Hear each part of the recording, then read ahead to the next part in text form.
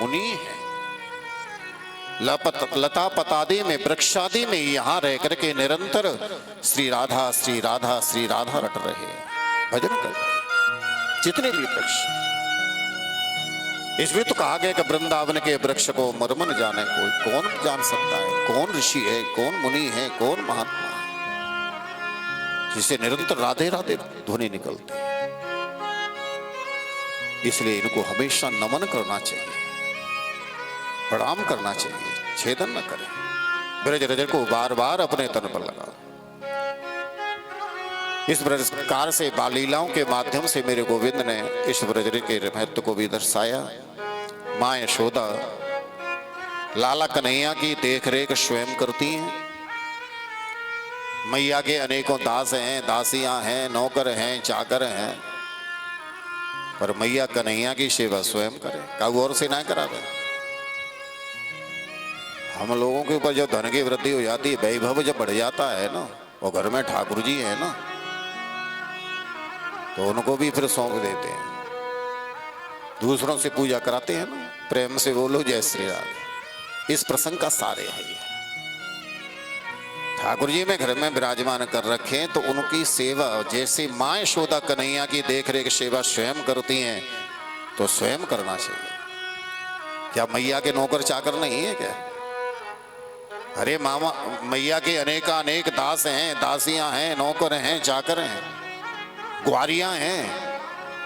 प्रत्येक गाय का दोहन ग्वारियां करते हैं, पर मां यशोदा कन्हैया को जिस गाय का दूध पिलाती हैं, ध्यान देना, उस गाय का दोहन कोई ग्वारिया नहीं, स्वयं यशोदा करती है। उस दूध को कोई दासी गर्म नहीं करती है, मां यशोदा स्वयं गर्म करती है। उस दूध को कोई दासी जमाती नहीं है, मां यशोदा जमाती हैं। उस दही का मंथन कोई दासी नहीं करती, स्वयं मां यशोदा करती है, क्योंकि ये कन्हैया के लिए स्वयं मक्खन निकालती है।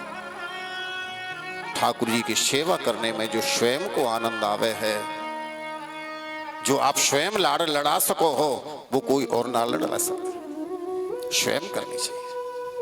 कि एकदा गृहदासीसु यशोदानंद गेहिनी कर्मंतर न्यूनता सो निर्ममंथ स्वयं दधिहि। अनेक दासी हैं, परंतु मां यशोदा फिर भी स्वयं दही को मथ रही। कन्हैया जागे दौड़ करके आए और मैया की गोदी में आके बैठ के मथानी पकड़ ली। मैया कनुआ तू जागे? हाँ मैया, बड़ी जोर से भूख लग रही है, माखन के लाओ ना। लाला थोड़ी देर ठहर जाओ, मक्खन अभी निकसे। नाने मैया जोर से भूख लग रही है, हम तो अभी खाएंगे, तो कल को बासी मक्खन रखो। नाने मैया ताजे मक्खन खाऊंगा, अभी खाऊंगा। लाला कन्हैया ये सब कैसे है सके? ताजे मक्खन खाना तो थोड़ी देर ठहरना पड़ेगा। तो कन्हैया तो हट पकड़ गए। मैया बोली, कन्हैया तू माखन छोड़, चंदा मामा ले गो। और जैसे ही चंदा मामा को नाम लिए तो कन्हैया माखन मांगनो तो भूल गए। अब रट लगा दी, हम तो चंदा मामा लेंगे, चंदा मामा। मैया ने सोचा अब कहां से दूं। किसी पात्र में जब हट ज्यादा किए तो जल डालो और चंद्रमा को प्रतिबिंब दिखायो। और जैसे कन्हैया ने पकड़े के लिए हाथ डालो तो वहां तो कुछ नहीं, कन्हैया रूठ। चंदा मामा लेंगे, चंदा मामा लेंगे। अच्छा, चंदा मामा कैसे लगे? प्रेम से बोलो जय श्री राधे। सब लोग चंदा को मामा क्यों कहते हैं? हैं? नहीं पता? सुनते आए तो हम भी कह रहे हैं, हमारे बुजुर्ग कहते आए, हमने सुना, हम जब कह रहे हैं तो आगे पीछे वाली संस कहेगी चंदा मामा। इसलिए तो कहते हैं चंदा मामा। चंदा मामा दूर के हैं। प्रेम से बोलो जय श्री राधे। अच्छा एक बात बताओ, कल कथा सुनी थी आपने, लक्ष्मी जी कहां से प्रकट हुई है? समुद्र से। कल कथा सुनी थी ना। और चंद्रमा कहां से प्रकट हुए? समुद्र से। कल बताया ना कथा में। तो लक्ष्मी को हम क्या कहते हैं? मैया कहते हैं। लक्ष्मी मैया ही तो कहते हैं, माँ ही तो कहते हैं लक्ष्मी को। तो समुद्र से लक्ष्मी भी प्रकट हुई है, समुद्र से चंद्रमा भी प्रकट हुए हैं। तो चंद्रमा और लक्ष्मी का क्या रिश्ता है? बहन भाई का हुआ ना। और लक्ष्मी को हम लोग क्या कहते हैं? मैया। तो मैया के भैया को क्या कहेंगे? हैं? मामा कहेंगे ना। तो इसलिए कहते हैं उनको चंदा मामा। हैं? अब ध्यान रहेगा ना। प्रेम से बोलो जय श्री राधे।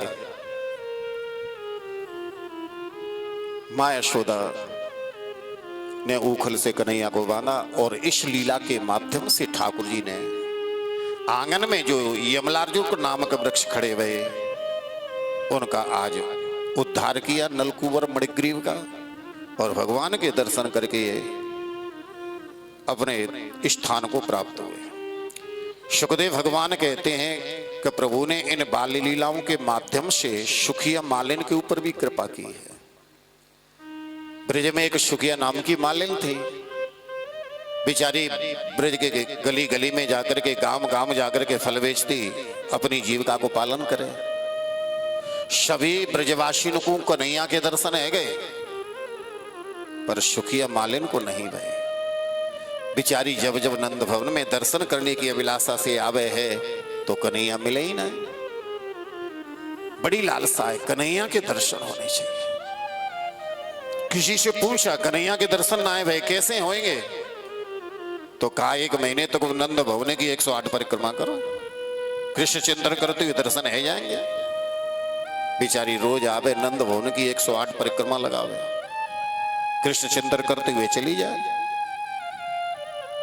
पर आज अंतिम दिन रह गया, फिर भी कन्हैया के दर्शन नहीं भय। परिक्रमा करके फल की टोकरी रख ली नंद भवन के दरवाजे पर है, और इसने निश्चित किया कि जब तक कन्हैया के दर्शन ना है जाएंगे तब तक यह नंद भवन की देहली को ना छोड़ूंगी, चाहे कितना भी समय व्यतीत है जाए। और ऐसा दृढ़ संकल्प करके नंद भवन के दरवाजे पर बैठ गई, कीर्तन कर रही है। तो जैसे सुखिया मालिन बड़े भाव से परिक्रमा करती है, उसी प्रकार से हमें प्रदक्षिणा बड़े भाव से करनी चाहिए। कहीं भी परिक्रमा करें, भागवत जी की करें, राधा रानी की करें, वृंदावन की करें, गोवर्धन की करें।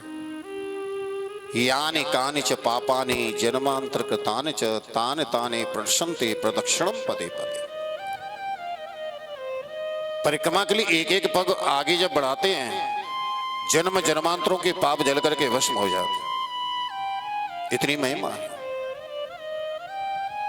परिक्रमा हमेशा चिंतन करते हुए, भगवान का भजन करते हुए करनी चाहिए।